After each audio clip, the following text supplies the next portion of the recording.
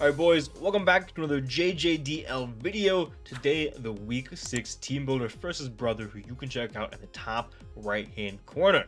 We've got some momentum coming into this game. We have currently won 3. We won our last 3 games.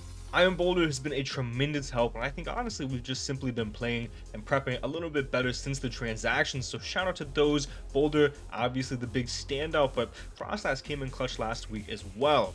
This week we play what is, in my opinion, the best team in the league, but I'm very biased because it's just a bunch of my favorite Pokemon to use on one team. Brother's team is going to be Kyurem Black, Tera Excadrill, Greninja, Slowking, Iron Moth, Tyranitar, Tera Bramblegast, Rabombi, Alolan, Sandslash, and Alcremie, right? Yeah, Alcremie, who cares?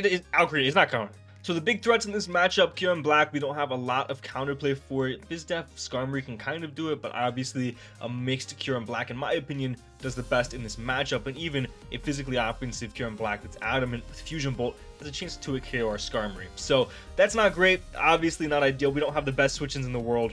We do have ways to offensively pressure it, and obviously our Raging Bolt can be a Tera type to combat that, but Kyurem Black in general does very, very well. I think Excadrill comes, and I think it's Tera Fire. I don't think there's really a lot of room for other Tera types in this matchup, unless he hard calls me not bringing Skarmory. Tera Fire just makes sense because it allows him to hit the Skarmory as well as not be weak to Grassy Glide. And I think Grin comes. I think Grin should always be Protein. Battle Bond does not make a lot of sense here because of the fact that Rillaboom can always Grassy Glide, Ursaluna Blood Moon can always Vacuum Wave. I really have a hard time seeing, and Thunderclap. I have Thunderclap on Raging Bolt too. I have a hard time seeing Greninja not be Protein.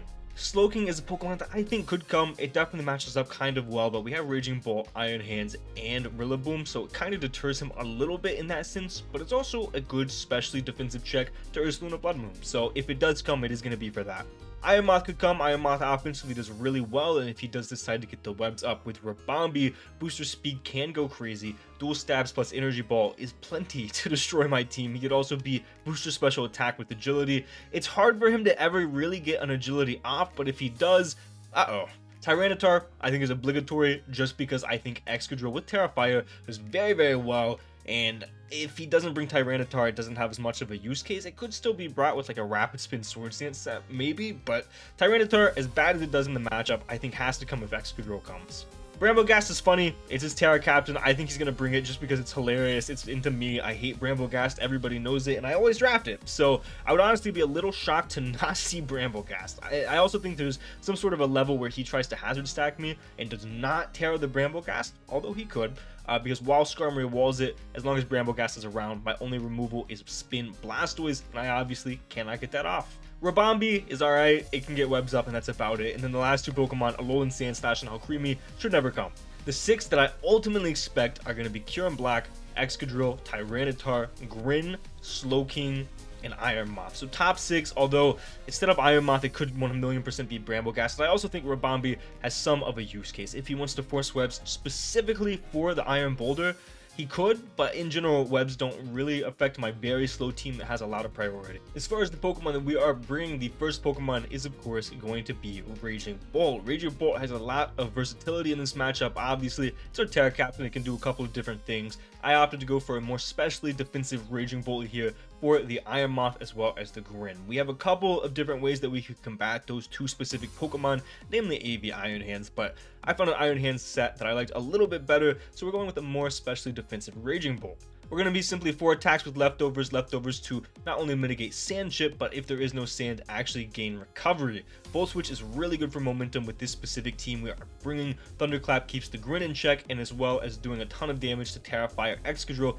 once it gets that Tera off. We also have Draco for big damage, and we're Tera Water, because Tera Water does big damage to everything. It lets us hit Excadrill before it Teras. It lets us hit Tyranitar for super effective damage. It makes us not weak to the 3 moves that I think Excadrill will have in High Horsepower, Iron Head, and Tera Blast, and obviously we can take Grin hits pretty well, except Grass Knot, which could definitely come. I could definitely see it making an appearance, but if it does not, obviously we're able to take hits from that very comfortably. We are very specially defensive. We can live 2 Specs Dark Pulses from Grin after Rocks.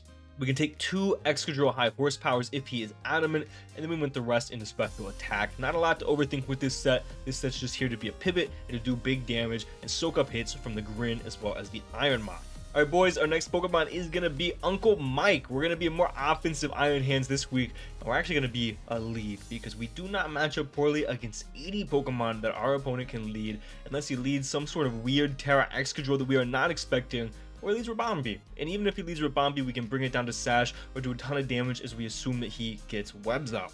Sorry, not even do a ton of damage. OHKO it or bring it down to Sash. We're Swords Dance, Drain Punch, Fire Punch, and Thunder Punch. This hits pretty much the majority of his team no matter what. It actually hits the majority of his team for neutral damage no matter what. Fire Punch is there to hit Bramble as well as Ribombee, and Drain Punch hits pretty much everything not named Slowking. Thunder Punch hits that Slowking.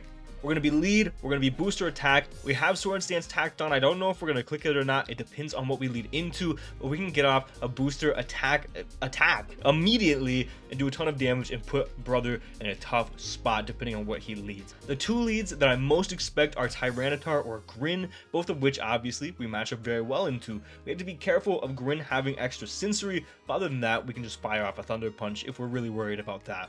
The only bad situation again is that Ribombee, which cannot OHKO us, even if he's specs modest, I believe. Don't hold me to that.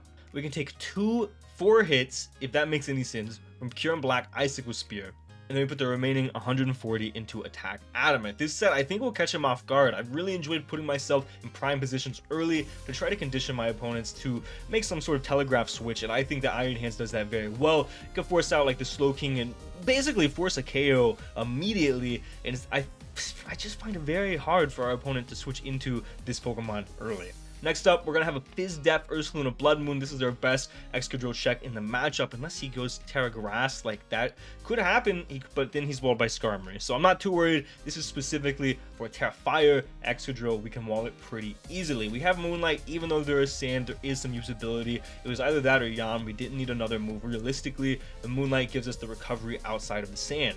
Vacuum Wave for priority because it still is going to hit Terra Fire Excadrill very hard. It's also going to hit Grin super hard, and then Dual Stab does wonders in this matchup. Like I said, our Fizz Def is to take 2 Adamant Life Orb high horsepower, I believe after a spike from the Excadrill. We can leave a booster special attack Iron Moth Energy Ball, and then we went the rest into special attack. This Pokemon can do a ton of damage, but its primary purpose is to be here for that Excadrill.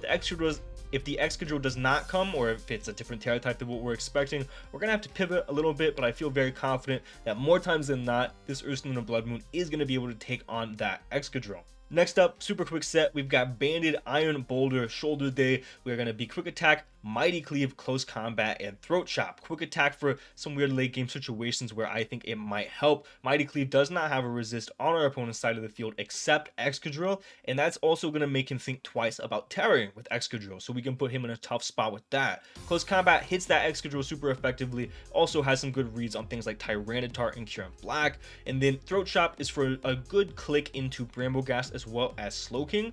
It does barely more to the Slowking than Mighty Cleave, but it does enough to 2-hit KO max Fizz Def Slowking, so I thought that was important enough to tack on Throat Chop. It also hits the incoming Bramble, which could be a potential switch in.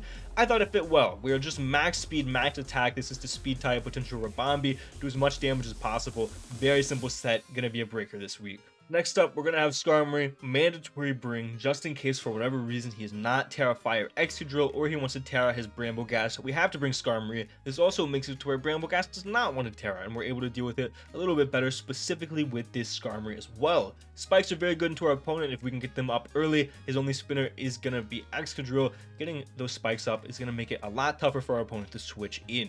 Brave Bird plus Body Press is going to do the trick, and we're going to be pretty much max Fizz Def for the majority of his threats, Excadrill, Kyurem Black. But we got a little bit of special defense to live a Specs, Grin, Surf after rocks. The rest is a physical defense, and this is going to be our Fizz Def wall. I'll be honest, I had a lot of trouble coming up with the Skarmory set.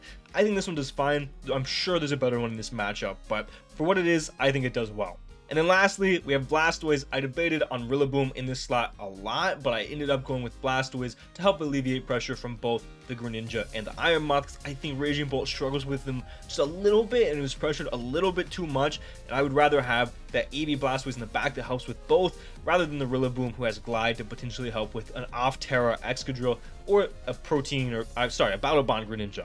Simple set, we're jet, we're flip turn, we're rapid spin, we're body press hits grin, rapid spin for removal, very easy if there is no bramble, and then flip turn for momentum, aqua jet for priority into Excadrill, as well as the Iron Moth. We have enough Spadef to take 2 special attack boosting Iron Moth energy balls. We can take 2 Earthquakes from Jolly Excadrill. I don't think that'll really come into play. I don't think he should bring Earthquake, but just in case he does, we can take those. And then we went the rest into attack. And I know this is a little bit of a shorter team builder, but that is going to be the team, guys. Didn't really have as much to say about this team as the others. It felt very cut and dry as far as most of the stuff I brought. Unfortunately, didn't have a super lot of time to prep this week. I was watching my daughter by myself for most of the week, so I didn't have a super ton of time to build this team. I still think it turned out well, and I still do think we have a pretty solid matchup into our opponent. We just have to play right, put ourselves in an advantageous position early, and hopefully Iron Hands is able to do that. Hopefully we lead well into whatever it is he brings, and hopefully we don't see Rabambi, because I'll be honest, little under prep for Rabambi, but we'll see how it goes, man. Thank you guys so much for watching this team builder. I really do appreciate it. Shout out to Sunny for editing this video, and for now, guys, this has been John Jr. signing off.